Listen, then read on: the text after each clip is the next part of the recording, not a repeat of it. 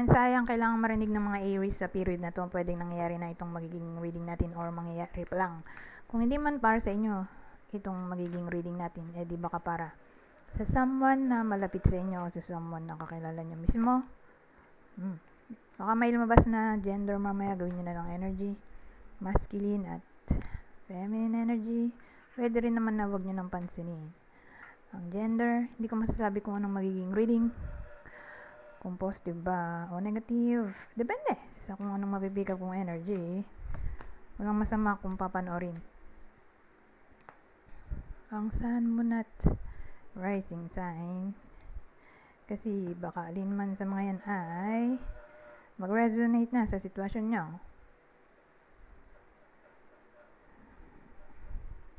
Okay. Past life, dating queen. Ito, coffee. Bear. Well, dalawa yung pwedeng scenario. Either ex-partner to. Babae yung bida natin dating queen to Single to malamang kasi dating nasa process pa lang ng dating. So, whether kayo mismo to, someone na malapit sa inyo, basta babae, na single, na open sa dating. Itong past life, more like ex-partner nga. Or kung di man ex-partner to, ay someone sa past life niya na maaaring magbalik. Kasi may coffin tayo.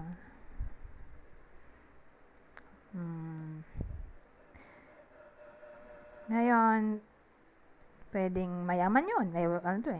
Bear. Pwedeng mayaman yung tao, boss. Ano pa ba? Mayaman, boss, mataba. Alin man sa mga yun yung clue. Mataba, matangkad, balbon. Ay, tulad niyan.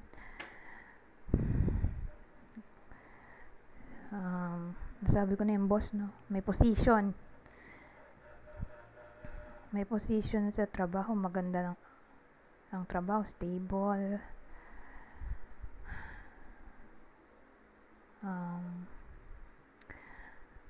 Ano pa ba pag bear? Naubos na yung idea ko. Or protective. Or kung hindi siya boss, literal na boss, ay bossy. Kasi din to card ng power, authoritative, protective. Ayun na lang, tama na yun. Di pala tayo pwede magtagal at dahil saglit lang ang video na gagawin ko. Kaya lang monthly reading to. Sige na, tagalan ko ng konti.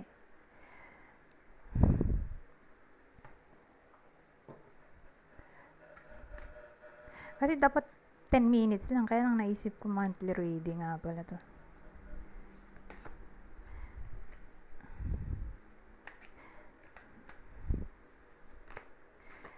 Pero kanina, kung X,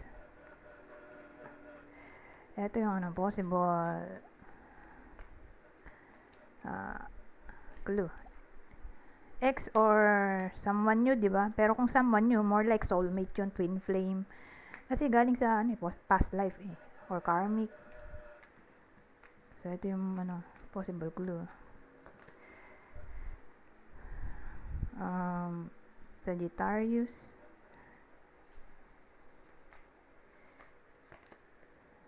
Aquarius.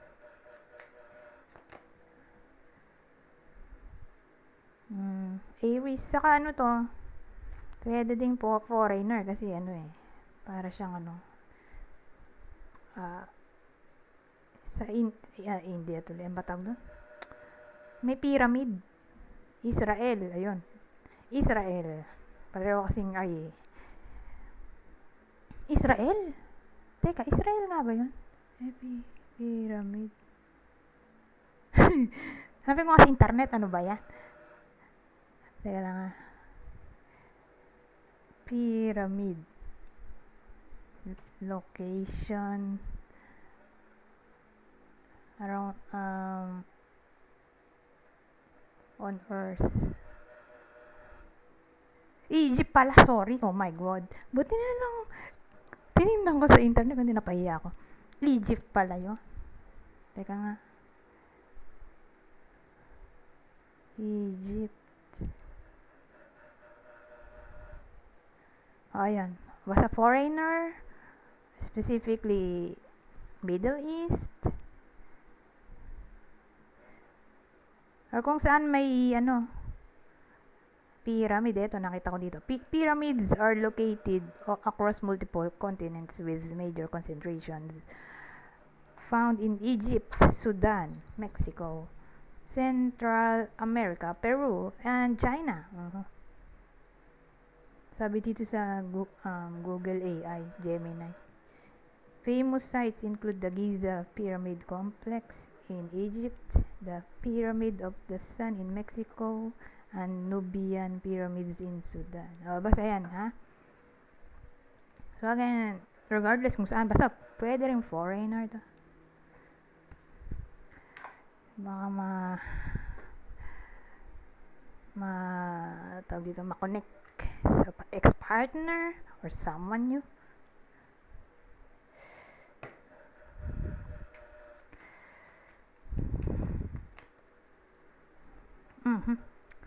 Grabe din, oh. May snake. Pero tingnan natin, ha. Book. Yun, oh. Teka.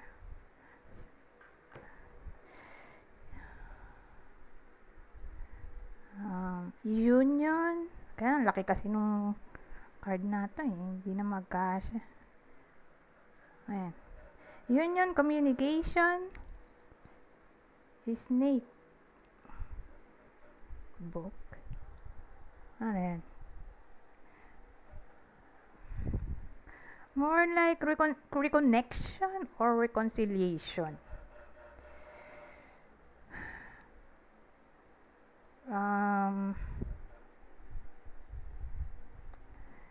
Ang dating sa akin, ang cause ng breakup ay maaring dahil sa secret love affair or cheating na lang siguro in general, or anything to do with secrecy. Tawag dito, malawak ang topic ng secrecy, may book kasi. Secrecy, mystery, or something na parang tinago tapos na-reveal sa bandang huli.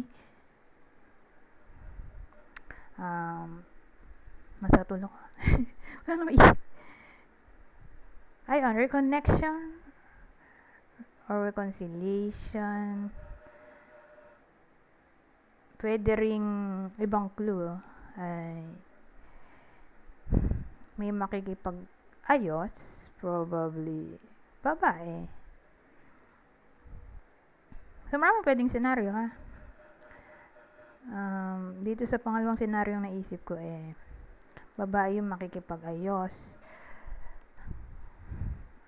Ano itsura niya para malaman nyo or makilala nyo.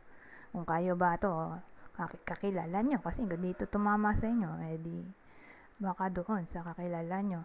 May salamin siya, may eye glasses, or nag-wear siya ng contact lens, or who knows, baka book smart siya, may book dito,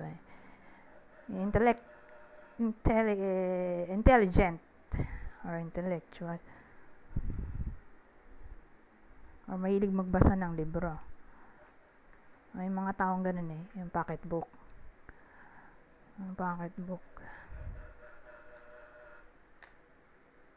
Teka. Masyadong malaki tong cards. Hindi ko alam saan ko ito lalagay. Kasi awas na awas agad. Yung lagayan ko.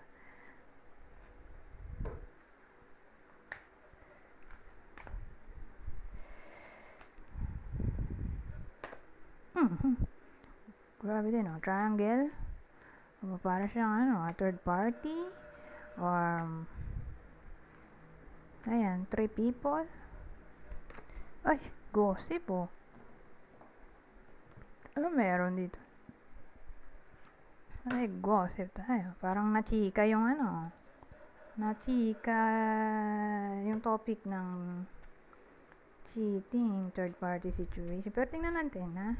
May iba pa yan kasi may mga card pa nalalabas, pero ito na yung una, yung pangatlo or una dito sa card na to. Babae yung nasa habak sa third party. Pero wait lang. Ang dating kasi either nag-bloom or na-develop or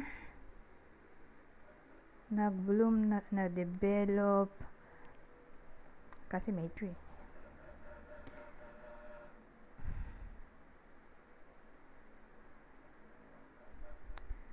Nag-reconnect.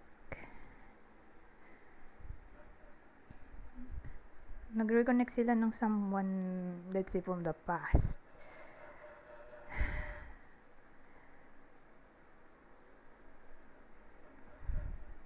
Ayun.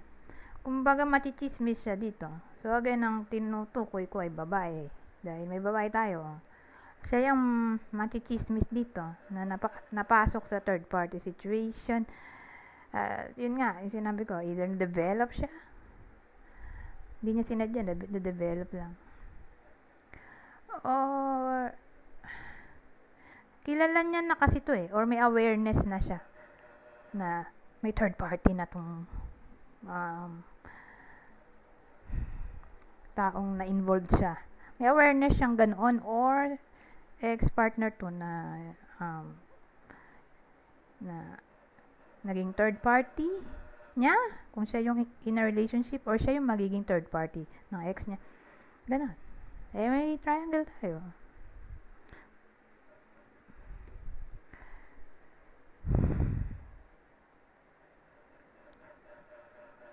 So again, probably may awareness siya sa taong pinasok niya na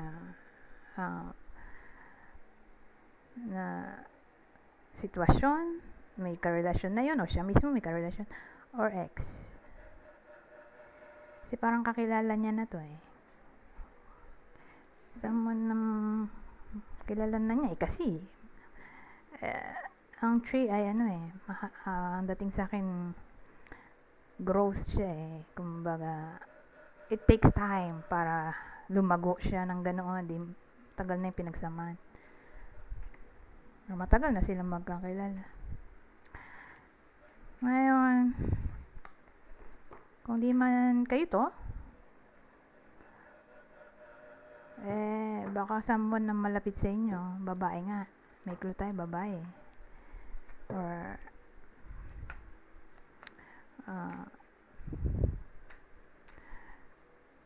ayun na lang, yun na yung clue. Ito yung iba pang clue.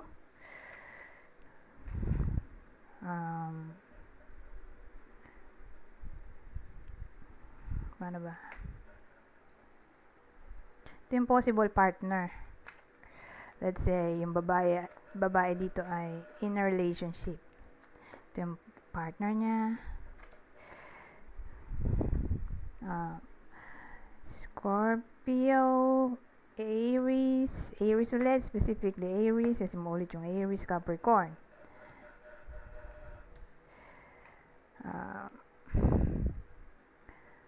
Kung may partner siya, di ba, yun yung clue. Kung ex-partner,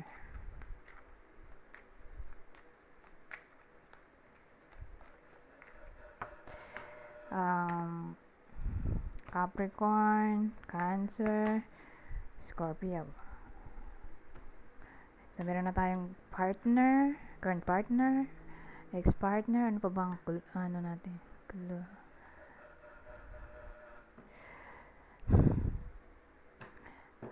Person niya, in a way na na-involve siya sa third party. Alam niya sa sarili niya, pinasok niya in a relationship na. Ito partner niya. Kung siya yung third party. Isa sa air sign. Gemini, Libra, Aquarius, Cancer. Cancer ulit. Specifically Cancer kasi muulit. Cancer. Ngayon, kung dito para sa inyo, di ba para nga dun sa kakilala nyo, ito yung possible. Zodiac sign niya. Virgo, Taurus,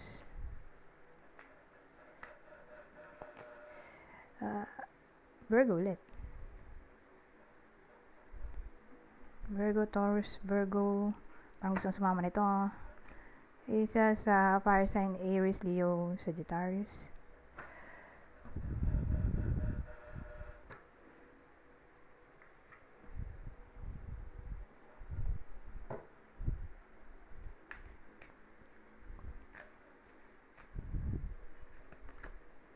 Ngayon, may clue tayo. Young male. So, kung young male yan,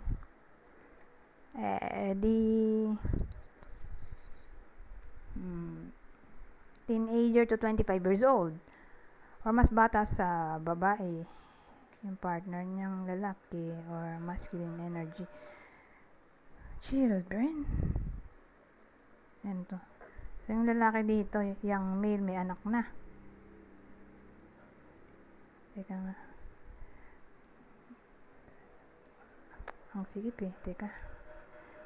Ang laki kasi nito. Hindi naman pwedeng di gamitin. Sayang naman. Sayang bili ko.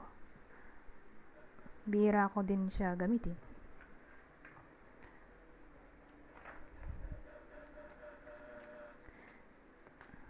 Oh.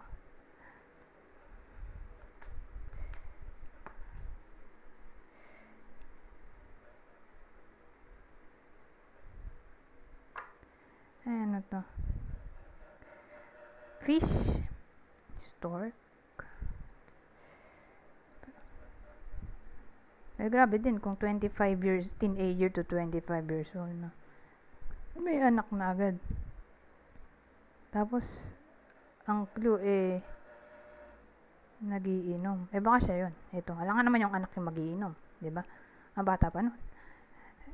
Sabagay, may mga bata ngayon, nagiinom na agad kahit 10 years old. Kahit, tulad ng kapatid ko. But anyways, malamang siya to. Pero kung may ganong issue, may pagka-alcoholic, sabagay, pag ganong edad nga talaga, di ba? Pag nasa 20s, mahilig mag-inom, kahit nga nasa 30s. Well, kung ganon ang sitwasyon, may pagbabago, may ibang routine niya, sa period na to, hindi siya mag-iinom, kung ganon ang sitwasyon.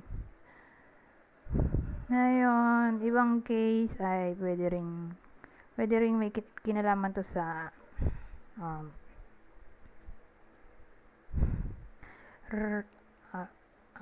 relocation or improvement sa pera. Kakapera siya or mapopromote. Pero yun yung bida natin eh.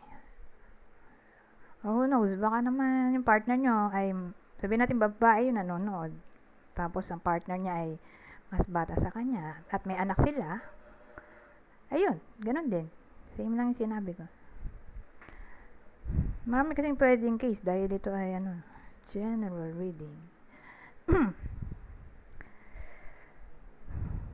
Ano pa?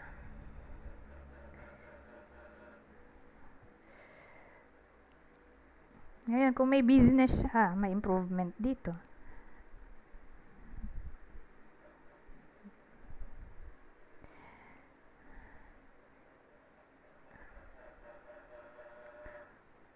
Ayan. Or let's say, naging magastos. Kung ganun ang sitwasyon, edi may improvement in a way na hindi magiging magastos.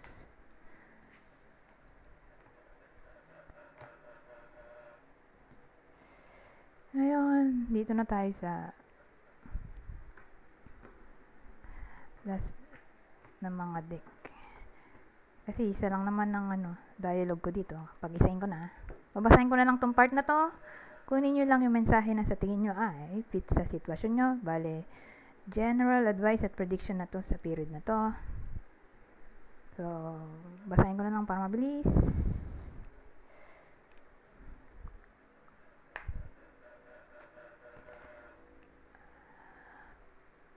So, sabi dito, the moon. Be careful of seeing things that are not there.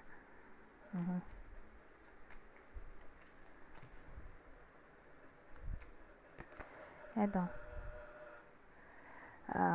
Take a methodical approach and you'll achieve your dreams.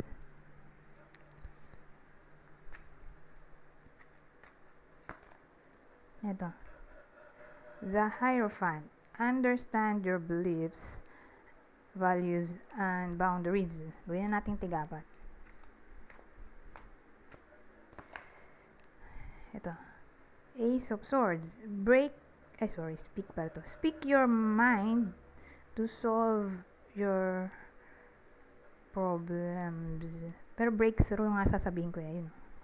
Breakthrough. Ibig sabihin may breakthrough na maaaring mangyari. Aside dun sa mga sinabi ko. Ito naman. Sabi dito, goodbye to the old, hello to the new. You've finished one part of your life and now a new and even better part is beginning. 4 din dito. Sabi, patience please. What you're asking for is coming about. Have patience as there are unseen factors that need to occur first.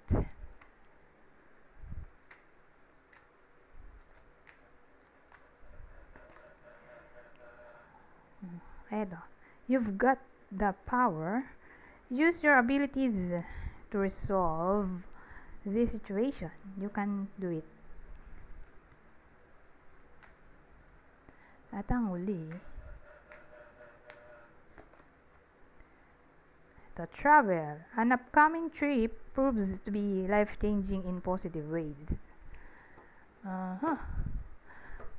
Anyways, hanggang dito na lang. Goodbye for